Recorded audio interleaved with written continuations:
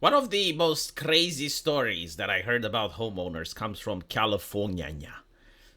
Usually, when you have many leftists gathering, they start hating.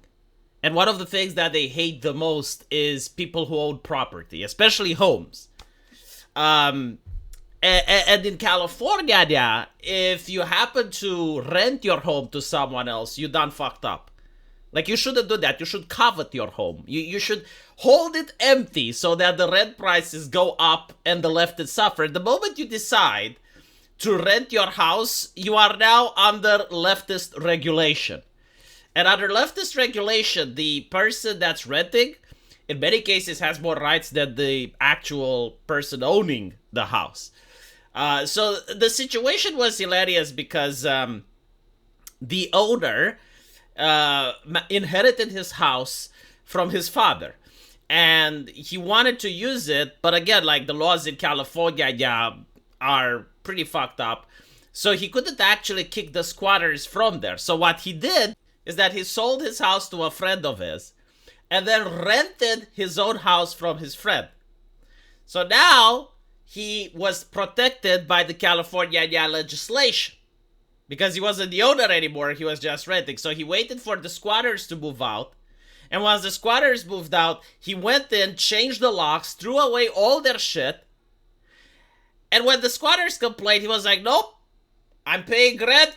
I'm not the owner. So that's how he actually managed to get the house back. And that was like one of the most crazy stories that I heard. And it came from California, yeah. But from the bowels of Mother Gaia, there is now another place that's trying to outcompete California, yeah, both in craziness and insanity and everything else. And that is the city of London. Like, the city of London, it's kind of like California now, but you don't have shootings, you have stabbings. But either than that, the level of human misery is starting to get close. So you have like this story which upset a lot of British people, including Sargon of Akkad, and he really can't articulate why he is upset, but he definitely is. The papers are saying that it's a shameless squatter. I love the definition, like shameless squatter, who moved into pensioners' empty home and then won legal right to keep it, and he sold that home for £540,000. So I actually looked into it, and I tried to find out like how did he manage to gain legal ownership of the house, because this is pretty much what's happening. And the people that bought the house from him were also very concerned to see that if everything is in order, and they hired the solicitor, and apparently, yeah, like everything was done above board. We have a similar law in Romania, and I think like many European nations have it.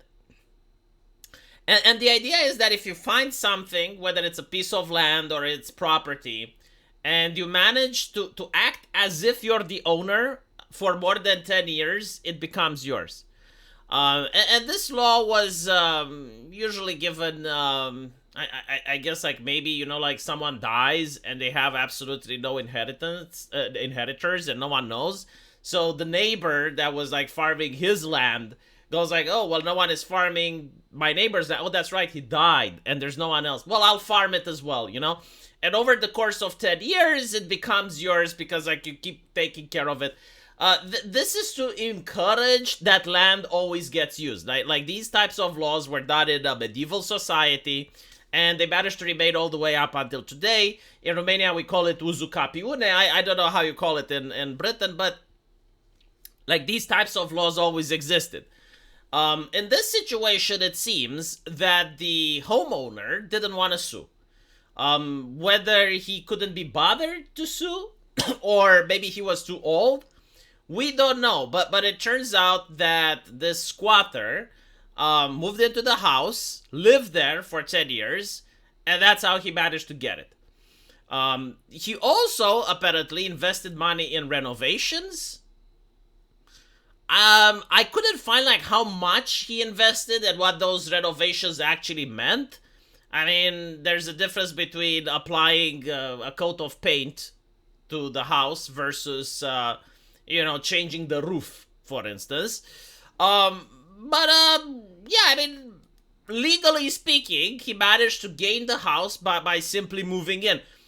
I guess like the reason that a lot of people are bewildered by this is that, again, like, even though there are laws that technically allow you to do something like this, it's usually over small plots of land, maybe, and it's something between neighbors.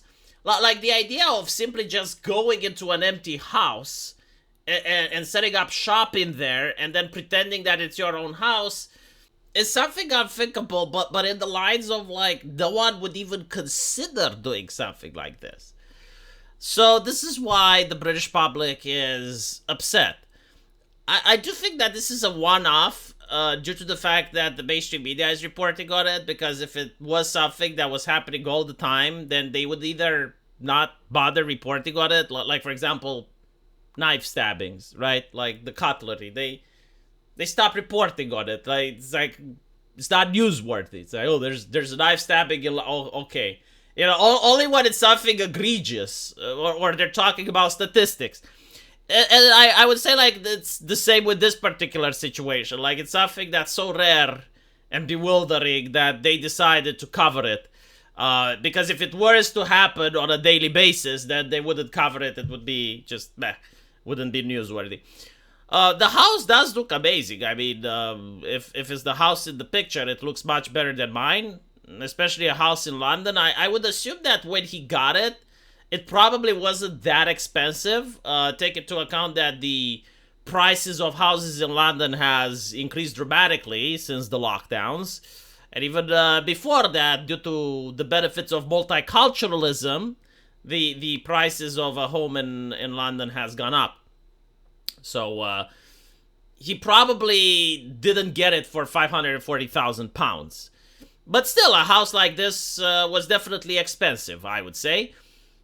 And yeah, it's legal. Like, the press may be upset about it. There's a lot of people that are also disappointed, but it's not anything that is criminal in nature. I think, like, people are upset about the morality of the issue, though, right? It's like people can see their own father being old and sick, and someone moves into one of his houses, and it's legal. I mean, the press may be upset about it, but I think, like, people are more upset due to the moral implications, right? Like, most people imagine how it's like to have a father who's old, or maybe you one day, you're old and you're on your deathbed, and someone moves into your house and that's it. Like they manage to take away. I mean, a house like this is probably the entire person's livelihood.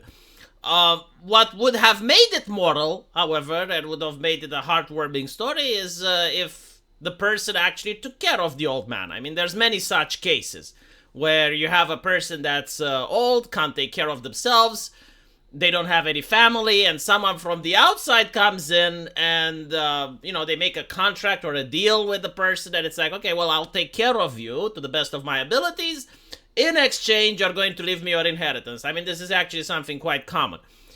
If it was like that, then people wouldn't complain, but this doesn't seem to be the case. This seems the case of a person that just moved in, and how many leftists are defending this person because, like, the leftists view the owner of a house to be the greatest evil that mankind has ever witnessed, unless it's Hassan Piker or some people from buying large mansions. Like, those are also fine, but other than that, normal homeowners.